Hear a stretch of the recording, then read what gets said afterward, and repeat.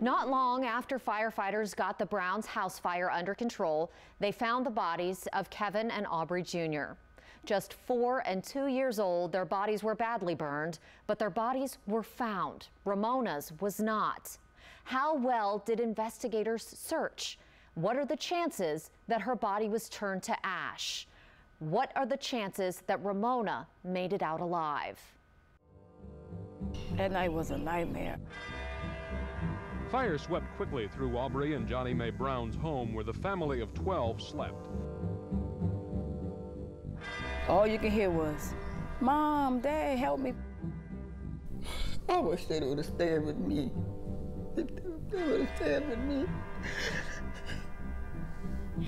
But they had to go home. When they found them, they found Aubrey, which is older than Kevin, found the 100% bones, and Aubrey was hugging Kevin.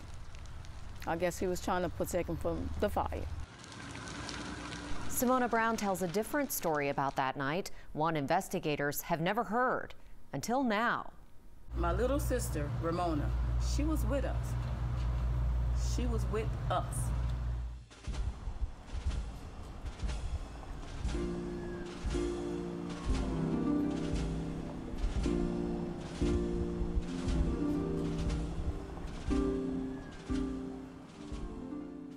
It's been a long time since I've been here. We were comfortable that morning that we had sent 3 bodies in, though. Right. The original morning, you know, we felt pretty comfortable, you know, that portion of the investigation was done. Yeah. You know. They were wrong. The coroner had the bodies of Kevin and Aubrey, but later found out that the body they thought was Ramona's was an animal.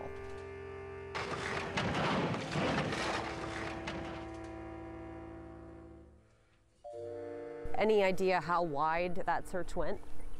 So, yeah, about 2 blocks in each direction, as far down as that stop sign. Okay. And I would tell you an additional 2 blocks this way. So they had teachers and, you know, all kind of people out here looking in the woods and stuff, because they say if the fire department used their hose, they could have hosed away, you know. But they had people all over the place, but, you know, nothing. The Browns neighborhood looks different now.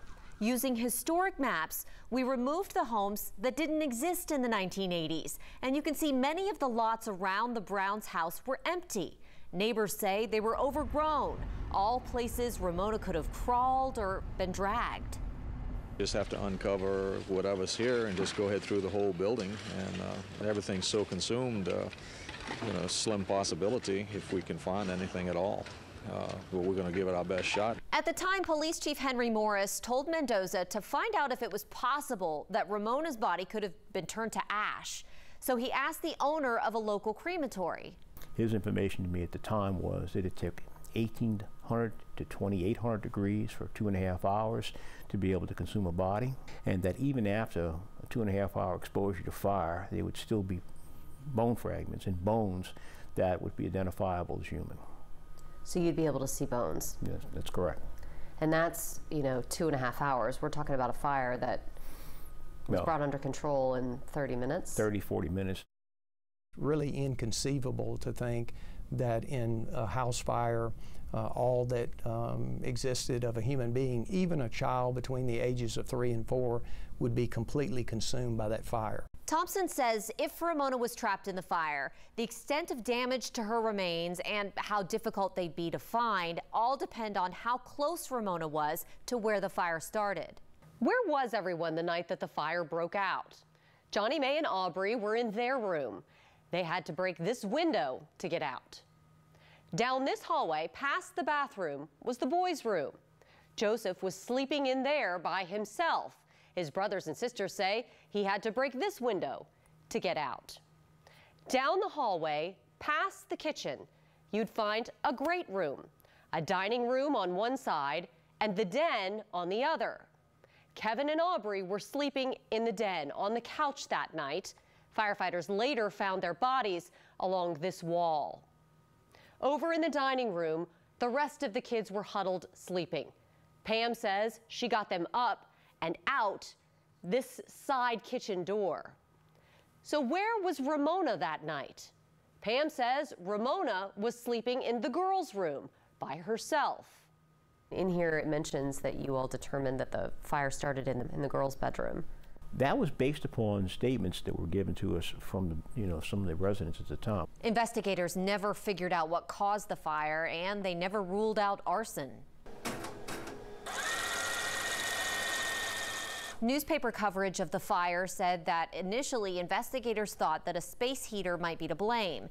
Ironically, the New Orleans Fire Department lost its report on this fire in a fire after Hurricane Katrina. I really can't tell you how she got out, but I do know that she was with us. You know, we all took a walk just to get some fresh air.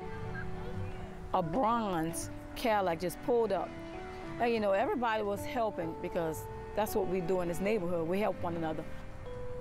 Old black man, old white lady. They was like, oh, we'll watch it for y'all. So it was like, okay, cool, you know. We thought they was just being helpful and friendly. So after that, we haven't seen my little sister since. Did you ever consider the possibility that she could have been kidnapped at the scene? Did anyone ever tell you that they saw her after the fire? No one ever told me that they saw her after the fire. And to be completely candid with you, extraordinary things have happened. At the time, I might not, I don't recall ever thinking that she had survived that fire. Did you tell police that? Or did anybody tell police that? No. No? Why not? It wasn't on my mind at the time. I just lost 2 siblings in the fire.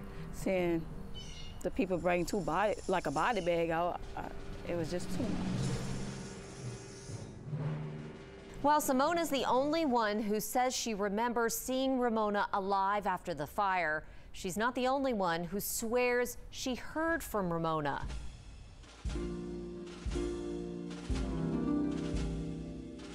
Been so long, but I know I have a sharp mind. Telephone ring. It was about 2-3 days later. I pick up the phone. I say, hello?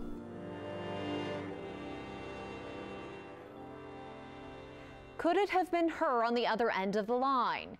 How could a 3-year-old dial her grandmother's phone number? We'll dig into those questions and, for the first time, hear from Ramona's mother when we come back.